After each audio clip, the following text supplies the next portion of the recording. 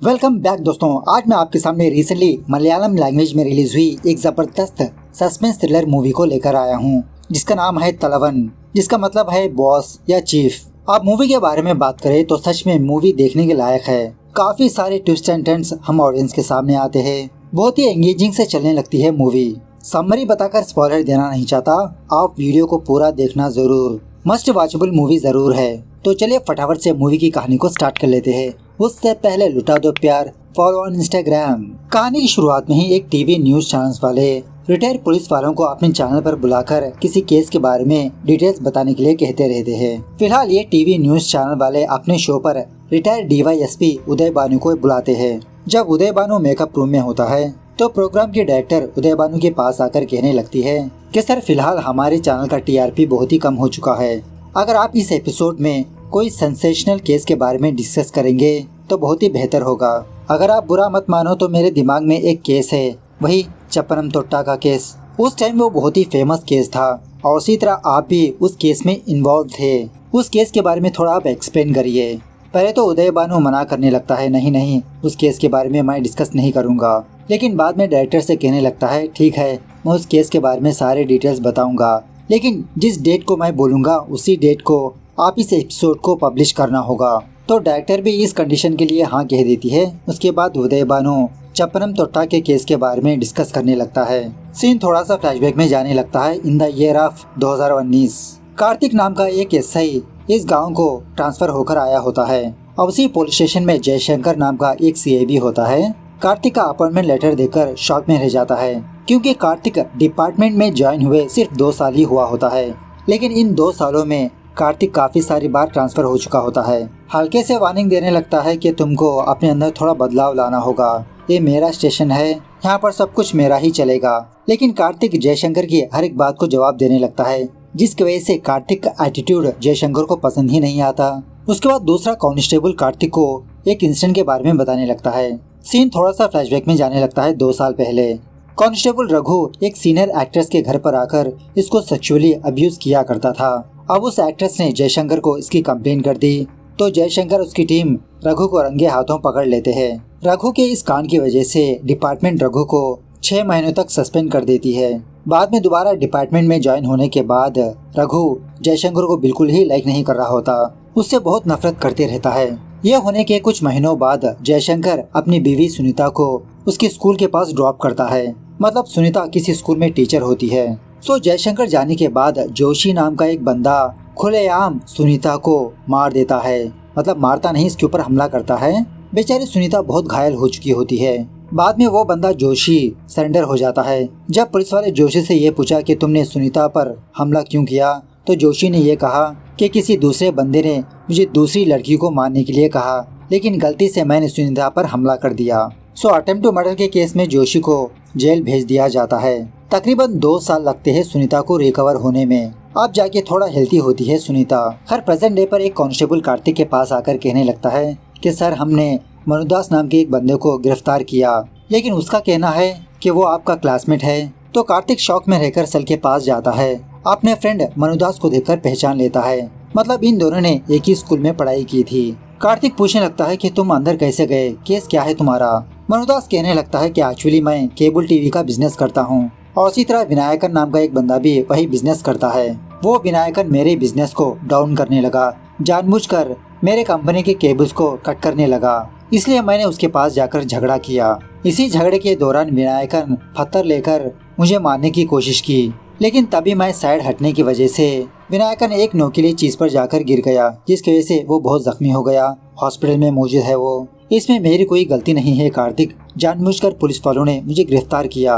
कुछ दिनों बाद मेरी शादी है। अगर मेरी बात लड़की वालों को पता चलेगी तो मेरी शादी रुक जाएगी। तो ये सुनने के बाद कार्तिक अपने फ्रेंड मनुदास को रिलीज कर देता है। दूसरे सीन में रम्या नाम की एक औरत को दिखाया जाता है।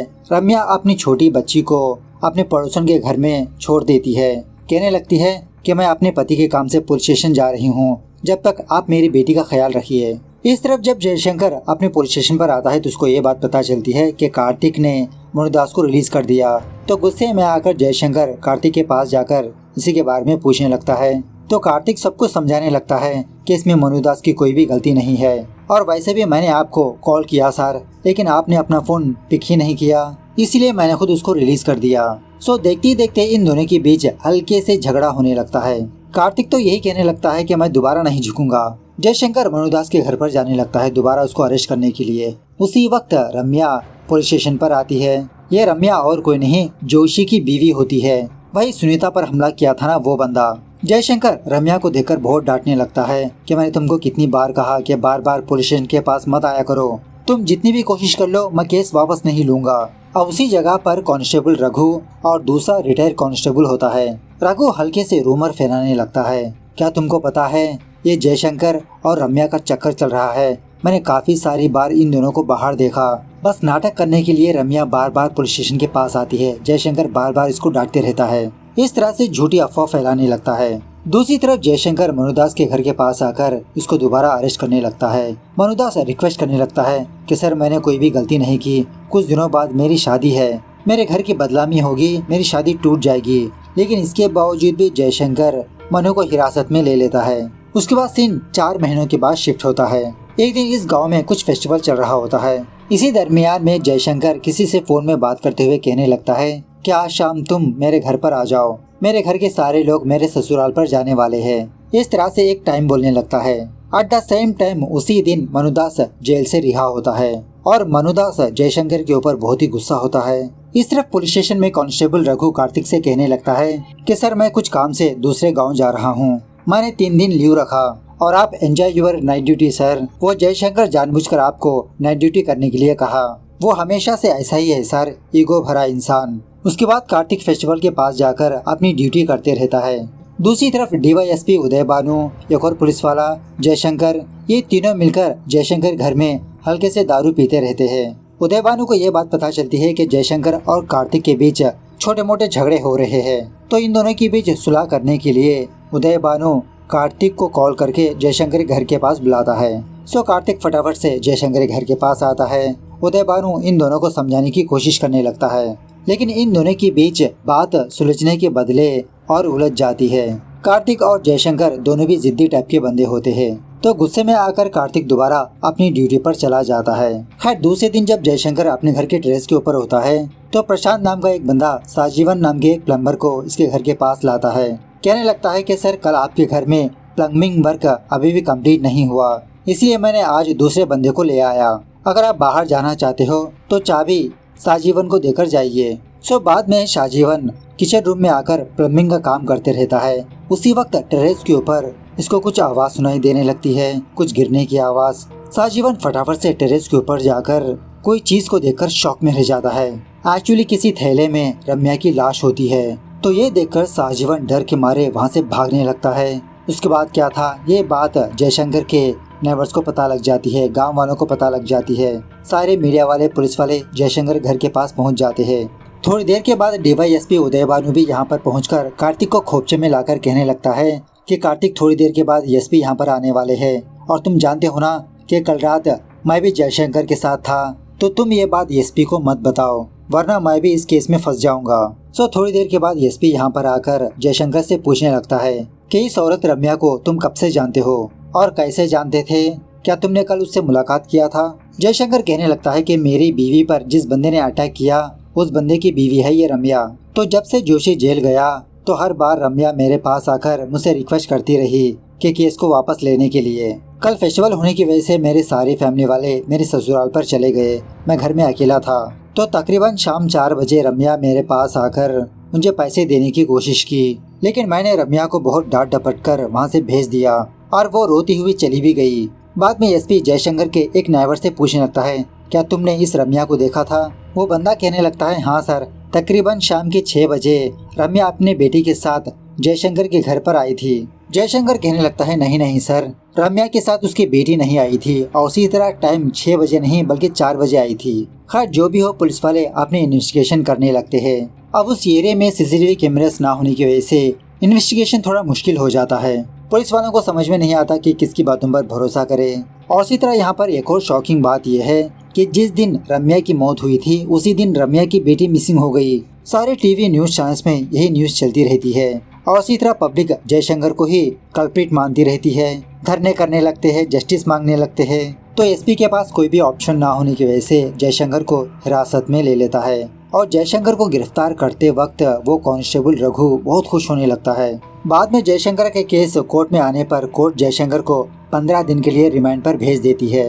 जयशंकर को जेल में डाल दिया जाता है। हर एक दिन कार्तिक अपने मामा से मिलने के लिए उसके घर पर आता है। इसका मामा रूरल पार्टी का एक मिनिस्टर होता है। कार्तिक को देखकर कहने लगा, मैं चाहता हूँ कि उसके केस को तुम इन्वेस्टिगेट करो। कार्तिक कहने लगता है, अरे मामा जी, मैं तो एक एसआई हूँ और जयशंकर एक सीआई, तो हाई रैंक वाला ही उसके केस को इन्वेस्टिगेशन करना चाहिए ना। कार्तिक का मामा कहने लगता है, हाँ मुझे पता है, लेकिन वो जयशंकर और उदय भानु दोस्त है, इसीलिए एसपी ये केस तुमको सौंपा। नाम उसी का होगा लेकिन इन्वेस्टिगेशन तुम करोगे।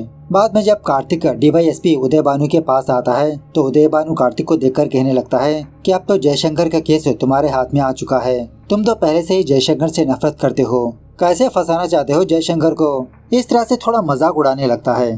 बाद में कार्तिक रम्या के पड़ोसन के पास जाकर पूछने लगता है, क्या रम्या जयशंकर के अलावा किसी और पुलिस वाले को जानती है। वो औरत कहने लगती है, हाँ सर, मैंने एक बार ये देखा कि एक पुलिस वाला और उसकी बीवी रम्या के घर पर आए थे। उस पुलिस वाले की बीवी घर में जाकर रम्या से काफी देर तक बात की, लेकिन मैंने उन दोनों का चेहरा नहीं देखा। इस तरफ जेल में जयशंकर के जरिए से जो लोग जेल आए होते हैं वो सारे लोग जयशंकर पर अटैक करने लगते हैं। जयशंकर इन सारे लोगों से फाइट करने लगता है। तो इसी फाइट के दौरान वो बंदा जोशी जयशंकर के पेट में स्टैब कर देता है और पूछने लगता है कि मेरी बेटी के साथ तुमने क्या किया, मेरी बेटी कहाँ पर है, तुमने मेरी बीवी को क्यों मार दिया। पुलिस वाले फटाफट से जयशंकर को हॉस्पिटल पहुंचाते हैं। बाद में कार्तिक जेल आकर जोशी से पूछताछ करने लगता है कि तुमको कैसे पक्का यकीन है कि जयशंकर ने ही तुम्हारी बीवी को मारा।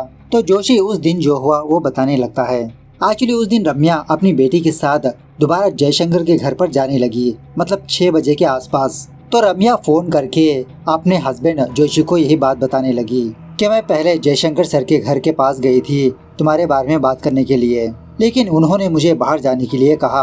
अब शायद पता नहीं उन्होंने अपना मन बदल लिया। सिंटो नाम के एक बंदे को भेजा मेरे पास, उसी के ऑटो में बैठकर मैं जयशंकर सर के घर पर जा रही हूँ। तो जोशी कार्तिक से कहने लगता है कि उस दिन वो जयशंकर मेरी बीवी को अपने घर पर बुलाकर मेरी बीवी को मार दिया जानबूझ के।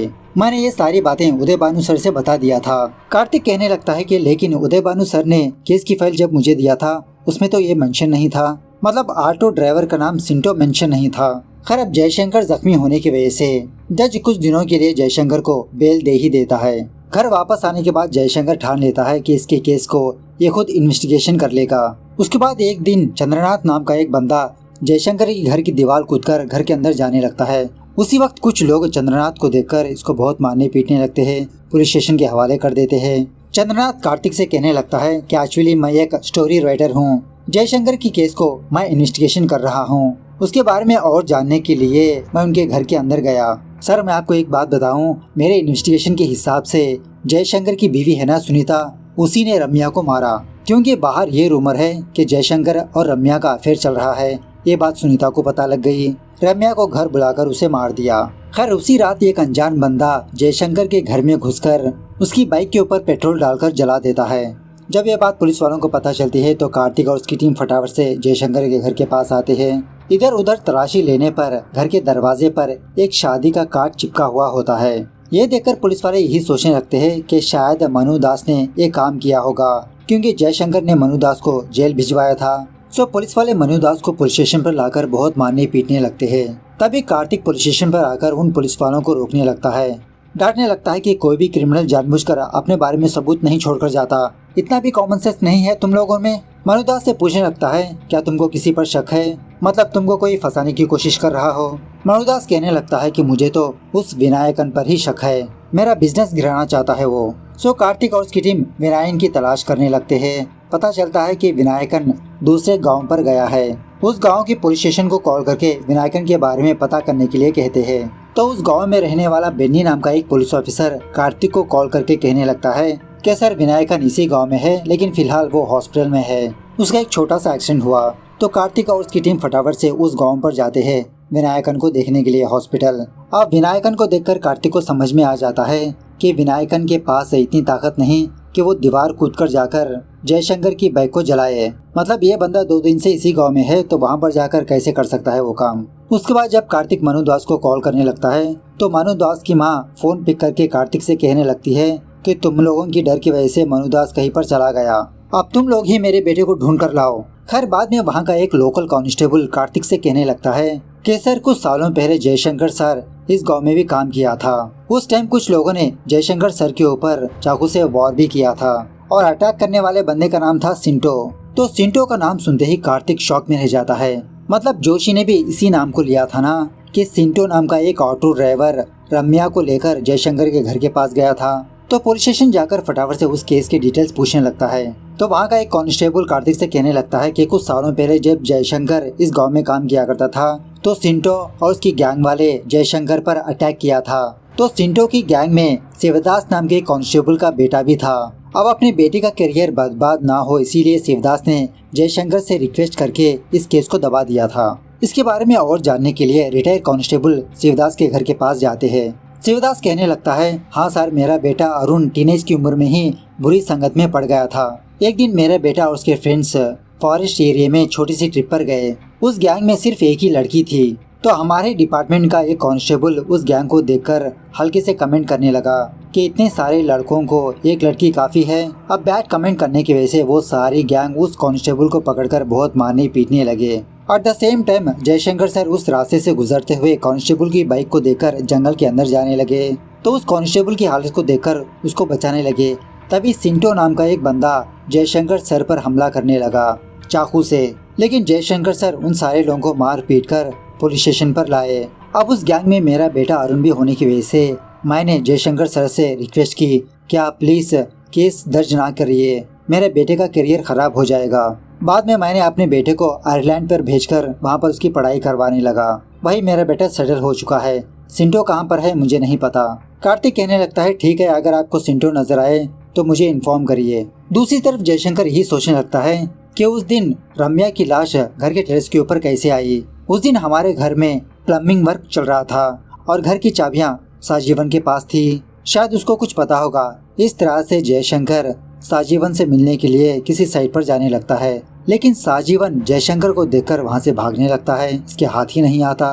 दूसरी तरफ वो स्टोरी राइटर चंद्रनाथ कार्तिक के पास आकर कहने लगता है कि सर मैंने इस केस को सॉल्व कर लिया है। मुझे पता है कि रम्या को किसने मारा। मुझे पता चला कि आपके और जयशंकर सर के बीच हल्के से झगड़े हो रहे थे, तो बदला लेने के लिए आपने ही रम्या को मारकर जयशंकर के घर में रख दिया। यह सुनने के बाद कार्तिक चंद्रनाथ को डांट डपट कर इसको सेल में डाल देता है। उसी वक्त एक पुलिस वाला कार्तिक को कॉल करके कहने लगता है कि सर ये जो रम्या मरी है ना, उसके घर के पास एक कैमरा है। उसका फुटेज चेक करने पर हमको ये बात पता चली कि जिस दिन रम्या मरी थी उस दिन सच में रम्या किसी के ऑटो में बैठकर गई। उस ऑटो का नंबर और एड्रेस भी हासिल कर लिया है हम लोगों ने। आप फटाफट से आ जाइए। जब कार्तिक और उसकी टीम उस एड्रेस पर जाते हैं तो शॉकिंगली वो घर का एड्रेस कांस्टेबल रघु का होता है।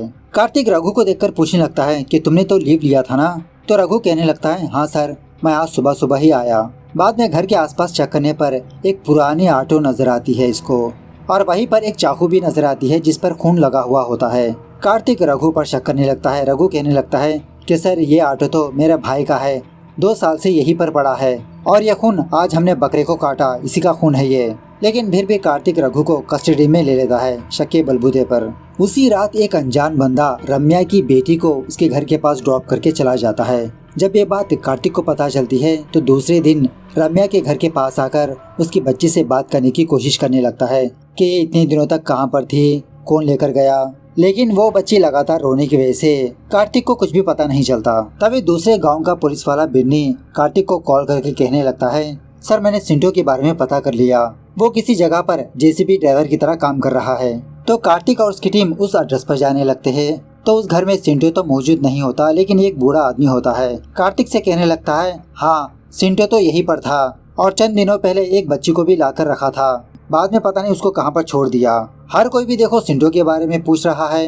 कार्तिक पूछने लगता है कि हमारे से पहले कौन आया था। इस तरह से जयशंकर की फोटो दिखाने पर वो बूढ़ा बंदा कहने लगता है, हाँ थोड़ी देर पहले यही बंदा आया था। सिंटो और इस बंदे के बीच जबरदस्त तरीके से हाथापाई हुई थी। सिंटो इस बंदे के सर पे वार करके भाग गया।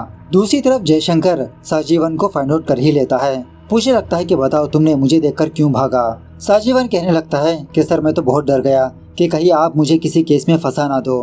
खैर दूसरे दिन कार्तिक एसपी को इस केस के बारे में डिटेल्स बताने लगता है कि जिस दिन रम्या मरी थी उस दिन सिंटो ने रम्या को जयशंकर के घर के पास ले गया और शक इस पर ना आए इसीलिए सिंटो ने कांस्टेबल रघु के भाई का ऑटो का नंबर कॉपी किया।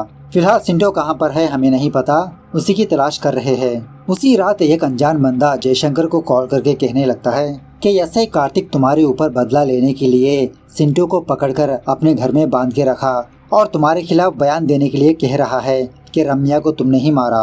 उसी वक्त एक अनजान बंदा कार्तिक के घर के पास एक ऑटो को छोड़कर जाता है। शॉकिंगली उस ऑटो में सिंटो की लाश होती है। थोड़ी देर के बाद जयशंकर कार्तिक के घर के पास आता है और सिंटो की लाश को देखकर कार्तिक पर ही शक करने लगता है कि तुम मुझे जानबूझकर इस केस में फंसाना चाहते हो। इस तरह से इन दोनों के बीच हाथापाई होने लगती है, लेकिन बाद में इन दोनों को समझ में आ जाता है कि असली कातिल इन दोनों को इस केस में फंसा रहा है। तो फटाफट से ये दोनों वहाँ से निकल जाते हैं क्योंकि असली कातिल ऑलरेडी उदय भानु को सिंटो की डेड बॉडी के बारे में बता चुका होता है। अब इसी दरमियान में पुलिस ऑफिसर बेन्नी के साइड से कार्तिक को एक वॉइस मैसेज आया होता है। उसको प्ले करने पर बेन्नी ये बताने लगता है कि सर मुझे जयशंकर के केस में एक बहुत ही जबरदस्त क्लू मिला, मैं वहीं पर जा रहा हूँ। मैंने आपको कॉल किया था लेकिन आपका फोन नहीं लगा। मैसेज को देखने के बाद आप मुझे फौरन कॉल करिए। तो कार्तिक उसी तरह से बेन्नी के नंबर को कॉल करने लगता है लेकिन उसका फोन स्विच ऑफ में रहता है। बाद में कार्तिक और जयशंकर बेन्नी के घर पर जाते हैं। वहाँ पर बेन्नी मौजूद नहीं होता। बेन्नी की माँ कहने लगती है कि अभी बेन्नी बाहर निकला, बता रहा था कि पासी के पासपोर्ट ऑफिस पर जा रहा है। तो कार्तिक और जयशंकर उस पासपोर्ट ऑफिस के पास जाकर बेन्नी की फोटो दिखाकर पूछने लगते हैं कि ऑफिसर यहाँ पर आया था। वो लोग कहने लगते हैं हाँ सर, ये ऑफिसर यहाँ पर आए थे, 6 लोगों के बारे में कुछ डिटेल्स जानना चाहते थे, लेकिन उन 6 लोगों में से सिर्फ 2 लोगों को ही पासपोर्ट था, सिंटो और अरुण। उसी वक्त दूसरा पुलिस वाला जयशंकर को कॉल करके कहने लगता है कि सर मैंने बेन्नी के नंबर को ट्रैक करने की कोशिश की। बेन्नी का फोन स्विच ऑफ होने से पहले किस टावर लोकेशन पर एक्टिव था वो एड्रेस मैंने आपको व्हाट्सएप कर दिया है। तो एड्रेस हासिल करके ये दोनों वहाँ पर जाने लगते हैं। शॉकिंग बात ये है कि वो एड्रेस और किसी का नहीं, रिटायर कांस्टेबल शिवदास का होता है और इसके घर के पास काफी सारे लोग होते हैं। बात यह है कि कल शिवदास के बेटे अरुण का देहांत हो गया आयरलैंड में ही। बाद में कार्तिक उसी किसी बंदे से बेन्नी के बारे में पूछने लगता है क्या बेन्नी यहाँ पर आया था। वो बंदा कहने लगता है हाँ सर, ये ऑफिसर यहाँ पर आया था, अरुण के बारे में पूछ रहा था, लेकिन तब तक हमको ये बात पता चली कि अरुण की मौत हो गई। दूसरी तरफ डीवाईएसपी उदय भानु और एसपी कार्तिक और जयशंकर की तलाश करते रहते हैं, लेकिन ये दोनों पुलिस वाले खुद पुलिस से बचते रहते हैं क्योंकि कार्तिक के घर के पास सिंटो की लाश पाई गई। उसी रात दूसरा पुलिस वाला कार्तिक को कॉल करके एक शॉकिंग बात बताने लगता है कि सर एक्चुअली अरुण जो आयरलैंड गया था ना, वो एक्चुअली आयरलैंड गया ही नहीं, मतलब उसने अपना पासपोर्ट बनवाया लेकिन कहीं पर ट्रैवल नहीं किया। ये जानने के बाद कार्तिक और जयशंकर फटाफट से शिवदास के घर पर जाकर इसी के बारे में पूछने लगते हैं। अपने स्टाइल में शिवदास जो हुआ वो इन दोनों को बताने लगता है कि एक्चुअली उस दिन अरुण की गैंग वाले एक कांस्टेबल को मार पीट रहे थे ना, तो जयशंकर वहां पर आकर इन सारे लोगों को गिरफ्तार कर लिया। जयशंकर इन सारे लोगों पर केस फाइल दर्ज करने वाला था, लेकिन शिवदास जयशंकर से रिक्वेस्ट करके जयशंकर को रोक लिया। अब अरुण की गैंग में एक लड़की थी ना, वो लड़की और कोई नहीं अरुण की गर्लफ्रेंड होती है।